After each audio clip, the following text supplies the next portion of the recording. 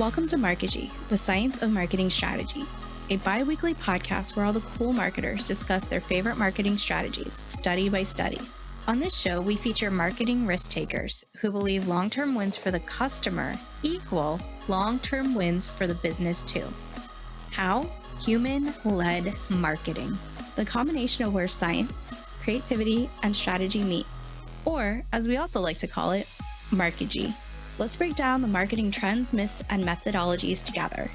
I'm your host, Leanne Dow-Weimer. Let's go. Hey there, this is Leanne with Markigy, and today I'm joined by Corrina Owens. You probably know her, but I'm going to have her tell us a little bit about her background and what she's up to these days. Hey, I'm so thrilled to be here. My name is Corrina, and that, I have to talk about myself. Sorry. My name is Corrina. I mostly talk about account-based marketing. I've been a revenue marketer for the last 13 plus years, and I am currently a co-host of a podcast that I run with a former partner in crime of mine, Taylor Young, called Direct, where we feature and highlight the unsung heroes and go-to marketing campaigns and organizations everywhere. And yeah, thrilled to be here. Awesome. Thank you. I know we're both a little tongue-tied today, so I'll set a better example for the rest, I swear. So when we talked before, one of the things that really stood out to me was how you ended up in B2B SaaS. And I'd really like to hear more about kind of like where you started and like some of your steps along the way to get there. Yeah, it's a non-conventional story, like I think most marketers have. I was actually set to become a teacher, and I taught abroad in Costa Rica for a little bit before coming back to the States and looking for a permanent spot to teach. It was during a recession, so there were absolutely no slots available. And I always had an inkling to do other things. Teaching is a big passion of mine. It shows up still in my life. I do mentorships. And then I also teach aerial silks on the side. So it's very much interwoven into just like how I live and operate. But I always saw myself as kind of maybe doing my own thing, maybe being an entrepreneur. I've had lots of lofty dreams for myself. But I actually ended up doing some marketing work with a private equity firm. And it was a lot of communications with investors and then, trying to solicit people to invest in our latest fund. And I found that I really just liked the marketing aspect of it and the art of how you can blend both like the ROI of something, but also the creativity aspect of it too. Because one of my lofty visions was to become a film director, and that's TBD. I still have hope that I will one day do that. But yeah, I took a chance on myself and just started to forge my own path for what that could look like. And that led myself from private equity to a global product company. And then that led me to more of that startup, which really lended itself to the tech SaaS space. And that's where I've been primarily in ever since. Awesome. And I really want to like call out that, you wanted to forge something for yourself. And I think that kind of not necessarily ownership, but that like idea of want for your own goals and, not necessarily just taking someone's script and trying to live out a script. And I think that that's really powerful no matter what level or stage or industry or any of it you're in is thinking for yourself, what do I want? And maybe it's less intentional and you're just typing, you're like, oh, I think it'd be cool to do that. But still having those thoughts and giving them space. So during this process, as you saw what it took from a private equity perspective to get people to invest in funds and then into SaaS, you've kind of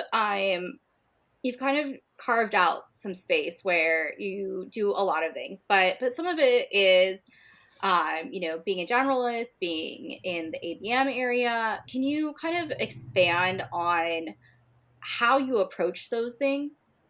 Yeah, I think that I've always had people try to put me in a box as a marketer. So for a long time, I was called a specialist because I would come into a company, I would see that their SEO strategy was just really weak. And that was a channel that really needed to be optimized. So I just took it upon myself to kind of learn the nuts and bolts of it and prove some initial success. So for the longest time, I was considered a specialist. And then I became more of this generalist where I was coming in and optimizing different functions of demand generation programs and, all the other areas of marketing. So I did, have my hand in product marketing even as well, and customer marketing. And really at the end of the day, these are all just principles, right? They're all just principles of marketing.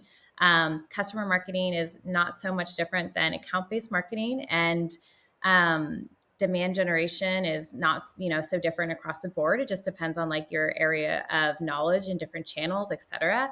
But at the end of the day, everything just comes back to really knowing the voice of your customer, and however you slice and dice it, it's just a way to market yourself and position yourself. And I did find myself really believing and buying into fundamentally just the principles of account-based marketing, which is just, just to put it very simply, is just very specific, intentional marketing.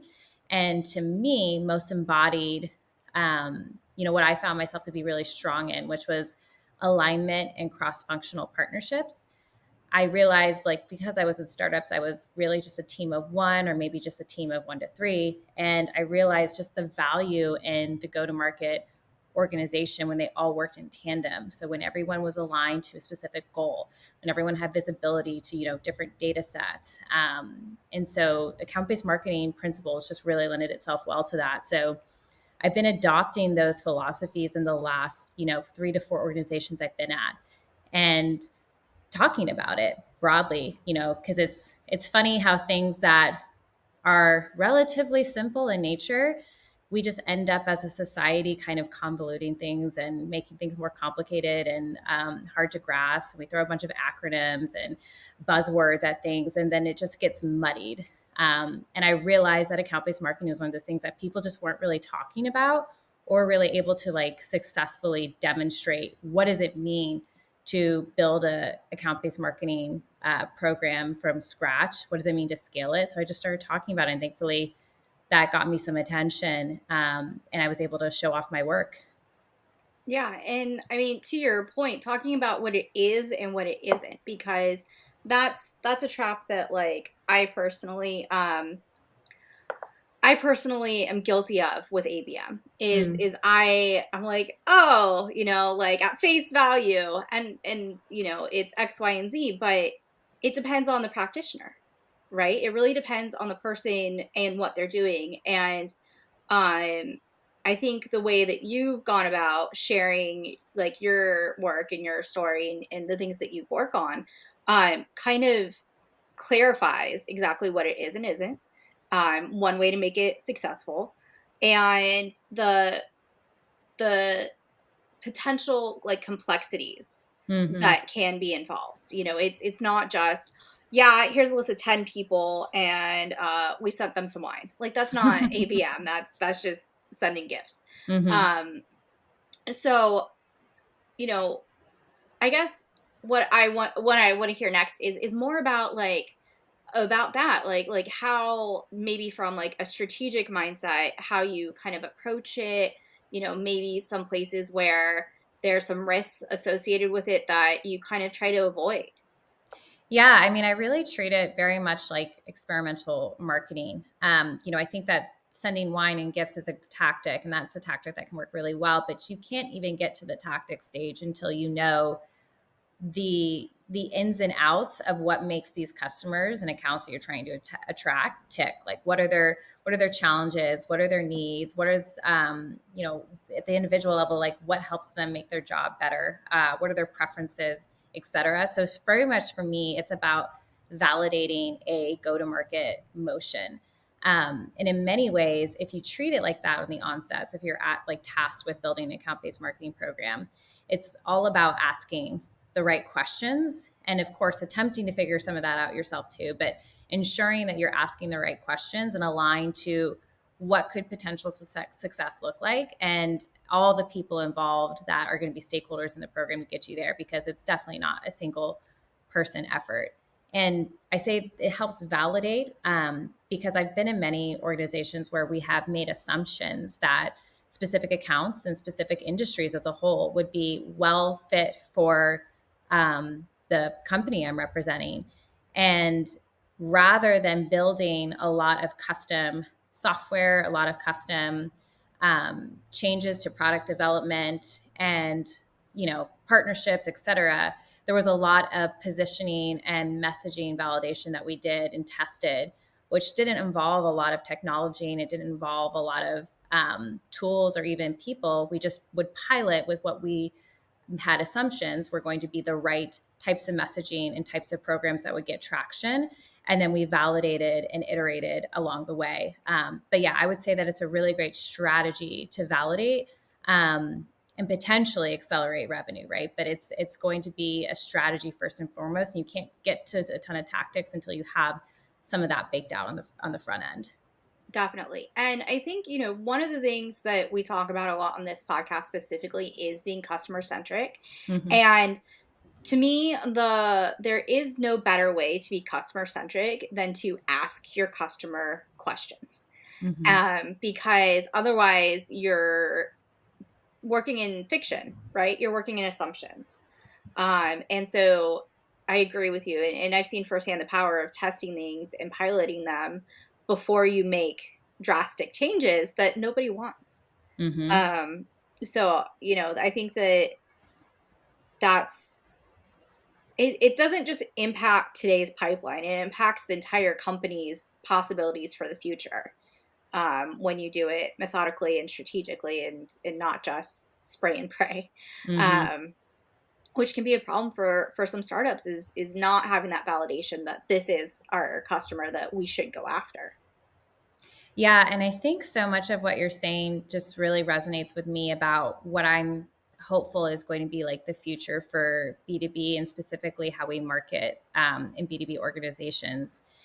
I think so many startups just fail to, maybe they are speaking with their customers, but they don't have a rigor or a process around how do we collect feedback, how do we then work with that feedback, and then what are we doing with that feedback. Like I've yet to be in an organization that has that feedback loop set up and ready to go.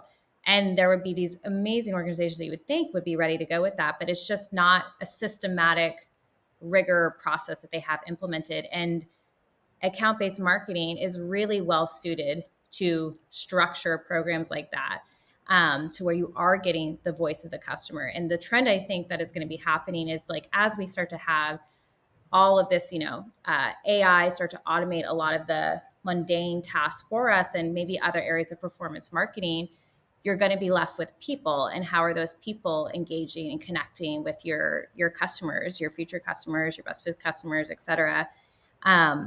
And I think that that's where we're going to start to be a lot more genuine and authentic and really utilizing the feedback much better. Yeah, I agree. I agree completely. One of my fears is I don't know if fear is the wrong word, but one of the things on my radar is just a battle of the bots, right? So at some point it's going to be like this AI making ads, and all these bots and spiders of the internet are going to be the ones receiving that ad because they're set up to, I don't know, like pull information like out of it, or different things. And and so it'll be so far removed from humans talking to humans that it'll just be an exercise in spend on both Mm. ends. So, making sure that there's those guardrails of, yes, the AI said this, but here's where it was just a little bit off. But I really know our customers. So that one word is really triggering for our ICP. We don't want to use that word. We want to use this word instead. And it may not seem like a big deal to non-marketers or to certain levels within the same organization, but it can be a big difference um, from the beginning of the experience of that customer, or whether or not they just bounce. Yeah, 1000%. And yeah, going back to our earlier conversation, I mean, with so many startups I've been at, I've come in and I've just changed the verbiage and wording just slightly because I realized very quickly how our competition was talking, how our competitors were talking, how we were talking was very centric to how we spoke internally, but made zero sense externally. And yes, that's, you can pull that information from tools, but it's what you do with it. It's what is that output? And I think that we were talking earlier about just account-based marketing too, and how this is becoming more of like a topic again.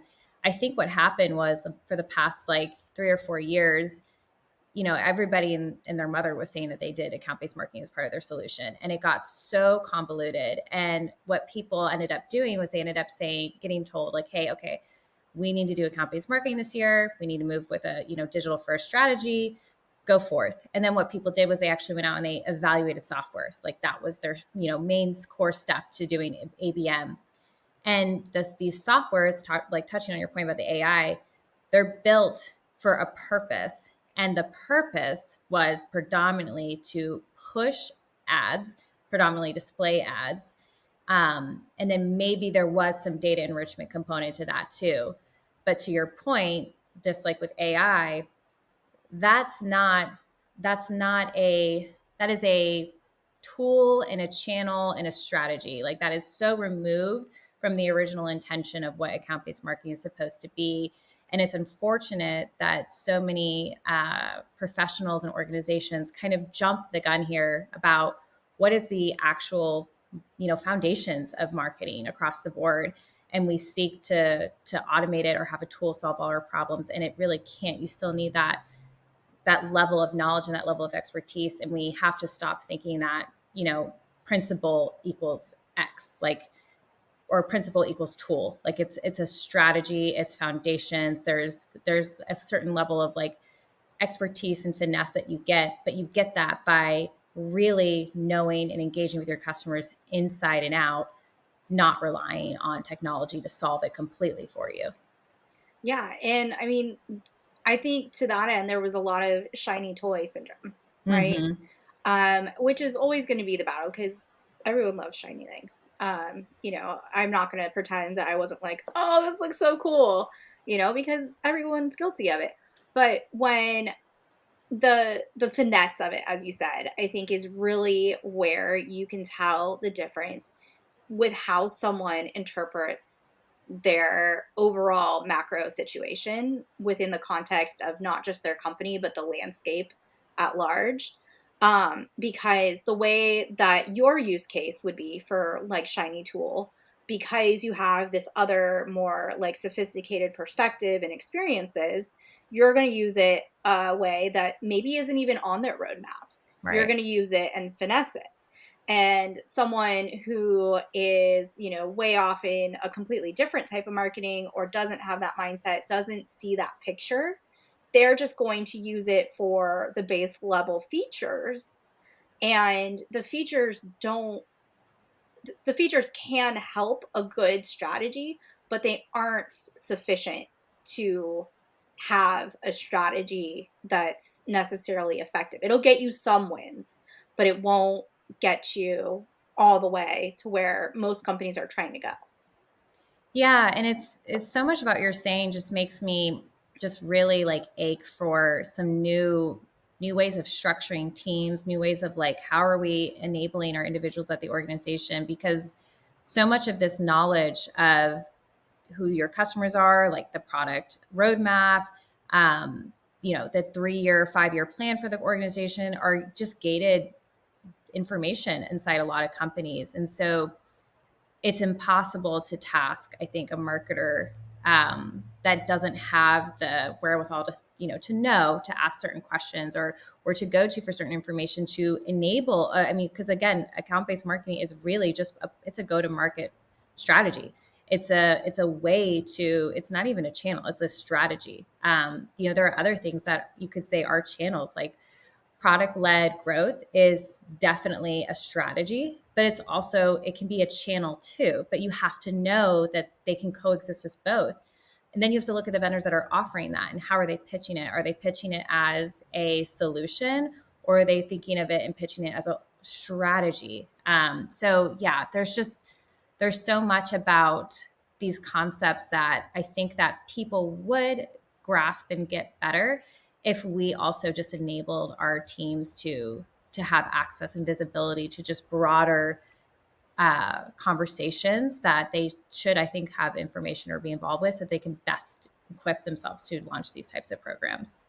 Yeah, I agree wholeheartedly because it's, back to what you said originally, validation, right? Because if your marketing puts in an Easter egg about a future thing and people glom on it, then like, oh my God, there's pent up demand. We validated this. Like, we need to put this as a push priority.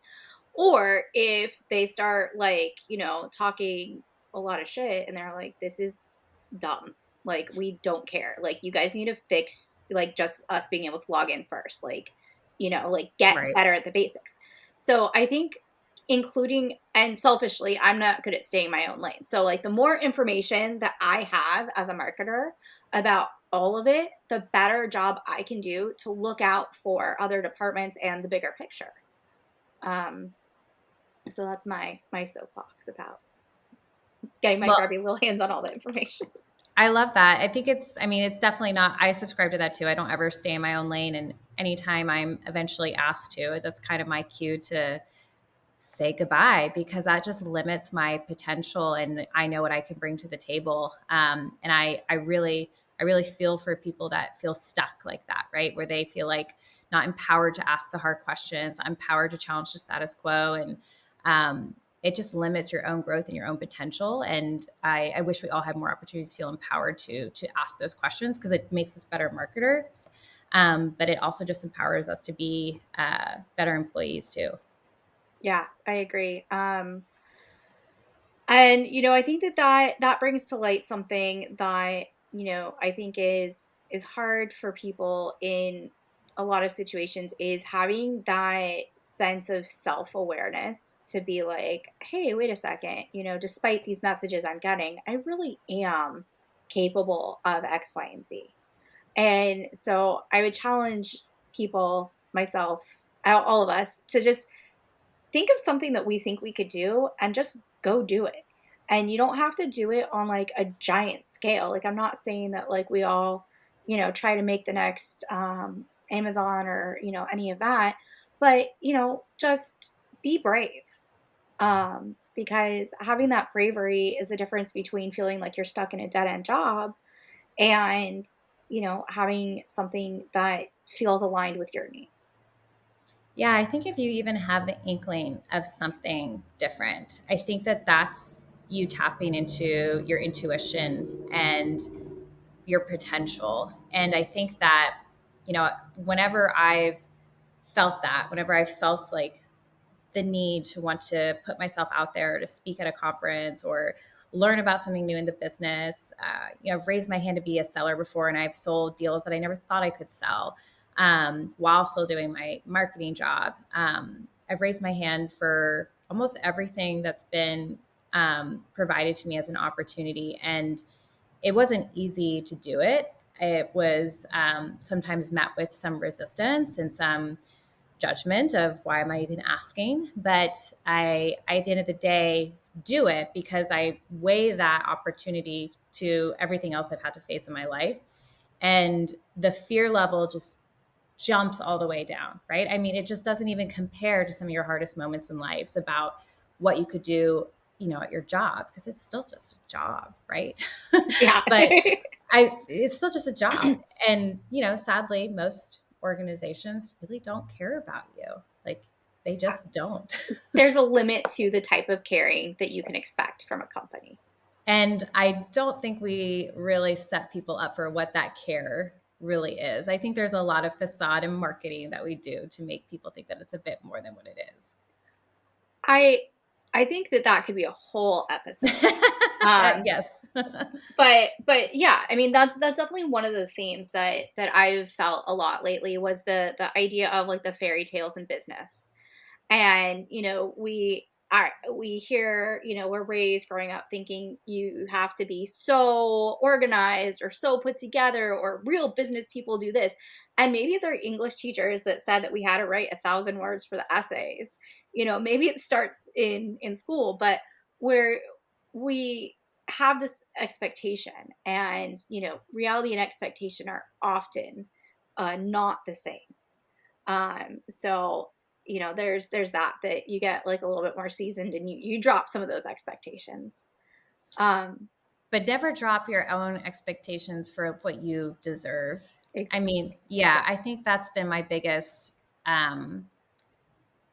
maybe curse and blessing at the same time. But, others, I have this sticky note right here that tells me others don't define who I am. I know exactly who I am already. So that maybe doesn't tamper my disappointment, but it at least keeps me first and foremost at the front of my life, which I should be, right? Yeah.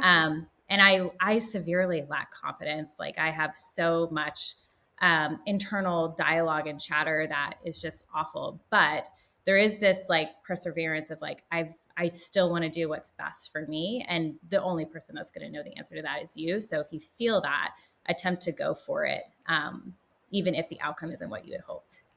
Yeah. And I mean, to kind of bring us back to marketing, because this could be like a whole, because Sure. I relate to that so strongly. And I was like, okay, Leanne, this is not a therapy session. This is a podcast. Um, but when we show up as people that are safeguarding our own existence and our own potential and ourselves, we can then be a better agent within our professional life. Because if you let yourself go to shit, and that's the second time I've cussed during this, so everyone here's Love a it. grown up. Everyone here's a grown up. But if you let yourself unravel, and maybe it's not let yourself, but if you're unraveling for whatever reason, it impacts your ability at work. And there's seasons where sometimes things happen and you have to be a little unraveled. And you just do your best and you show up and you keep showing up, and that's what it takes. But in the seasons where things are a little bit more forgiving and you have the opportunity um, to focus or to go full blast or do a sprint professionally, that's what you deserve. Then go for it. It's defining what good looks like every day. And that might be a different definition on a day when you have the flu or a Mhm. day where you've had a whole pot of coffee. There's ebbs and flows. Um, but it allows you to then show up genuinely to your job, and it allows you to then genuinely look out for the interests of the company and the client that you're trying to serve, which sounds like some pretty kick-ass strategy. Yeah, definitely. So that was a long monologue. Thank you for letting me do No, thank you for letting me have a sidebar. that. So kind of like when you think about everything, like from what you're doing, do you kind of see the the future of marketing going in one way or another, and do you think that where it should go and where it is going are the same place? I do. I really am. I'm hopeful for this trend of being with marketing being more integrated and interwoven with customer interactions. Um, I've been at too many organizations where marketing doesn't even speak to a customer, maybe unless they've been at the company for 3 years and they're of a certain level, and it's time to interview them for the case study. Like, who knows? Um, but I've just never taken that approach. To me, like networking and relationship building is just fundamental to marketing. It's how I learn, it's how I better serve, it's how I better communicate a message. And I do think that more individuals, even at as high as chief marketing officers, are feeling more empowered to actually have those relationships with prospects, with customers, because so much focus is being taken away from a lot of the mundane tasks. I think, as marketers, we've been stuck in spreadsheets and just, ROI calculations for years. And it's left us to really focus just on more of the output versus the input. And I think the input matters for the output. So when I say that, like, I think that we've kind of just been stuck in creating tactics for tactics sake in order to drive up some numbers, not even revenue numbers, but just vanity metrics a lot of times. And I think that we're really honing in on as a society, but especially in B2B, the importance of relationship marketing. And I think we're seeing that with the rise of like influencer marketing in B2B. And, I hear more people talking about customer advocacy programs, and I'm hearing more about retention versus acquisition. And there's just, again, narrowing that focus on serving the right fit people versus just the entire world. And I think that that's only going to yield better benefits for clients. And I think just make marketers even more honed into their craft. Yeah, absolutely. I would love it if more CMOs were talking to customers, They really because aren't. but they're the number one person who should be, right? Yeah. Because the buck stops with them, right? If your job is dependent on how well your team embodies what customers want, you should probably be talking to the customers to, like, have some proof, some validation there. It's kind of why for the longest time, when I would get, recruited to, or when I was interviewing, it would always be like, well, you should be like, when are you ready? When do you want to be a CMO? And like, what does that track look like for you? How do you want to get there? I'm like, I don't want to be a CMO, because I've seen what the modern day CMO is tasked with. And it's very much, I would say, operational. There is a lot of, board shenanigans is what I'll just say. And it's taken away from the craft of marketing, which I love, which is, how do you create like a compelling narrative that resonates? How do you create a compelling narrative that, drives business value? Like that is not what the modern day CMO is really, in my opinion, is really tasked with anymore. And so I've created my own path for what elevating my career would look like. And it just, because I didn't subscribe to the modern day marketing progression in your career. Yeah, yeah. I mean, I think that with the way that 2023 is gone, that a lot of people are just kind of not drinking the Kool-Aid. And, maybe they were lifelong Kool-Aid drinkers, but, this year has really been like a hold on. Like, I don't know if that's right kind of year. Mm-hmm. And I hope that that means that there'll be some adjustments in expectations and tasks and how it's done. Um, but maybe it's also room for just redefining like a fractional CMO or a full-time CMO, and really just doing what it should be done with it. Mm. Um, all right, I've got a big question for you. I'm gonna take a sip of water first. I know I'm getting Okay, I'll join you. cheers. Cheers. So, along the lines of everything we've talked about, or even outside of bounds, what is the question someone should ask you but they just don't? It's just not on their radar for whatever reason. Yeah, I think that kind of the theme here where we just left off too is, I don't think people ask me enough, like, what does success look like to me? I think that maybe they see what success should be and maybe use my resume, my profile as like a template for that. But really redefining what success looks like. I don't feel like I get asked what that is. I feel like there is an expectation of what it should be. Um, and I feel like if more people did ask me that, or others that, it would help to us as a society to have more productive conversations about how we should be thinking about what success is. And I think that it's a little bit unique for somebody too that maybe is of my age and has my experience, but just my model of life does not look like what most people, women my age, looks like. I think is also like a talking point that would be interesting to have more people chat with me about. Yeah, I mean, I think that asking what success looks like is so huge about, like, for anyone. But would you indulge us and just share with us maybe what one area of success would look like for you? Yeah, I think that, this has been an interesting year for me. It's been the year where I've had the most balance in my life. And I thought for a little bit that it was just like in a couple of years I hadn't had solid balance, but I realized that it's my life that I have had. This is the most balance I've ever had in my life. And a lot of it was because I had to ask myself that question, like, what is success really like for me? Because I would find myself in positions and places in life where I questioned that my initial view of success and how I felt in it. Like, how did I feel intuitively? Like when I was in those positions, in those rooms, in the proverbial rooms, and it was conflicting with what I thought it should be. And so that was my cue to like revisit that.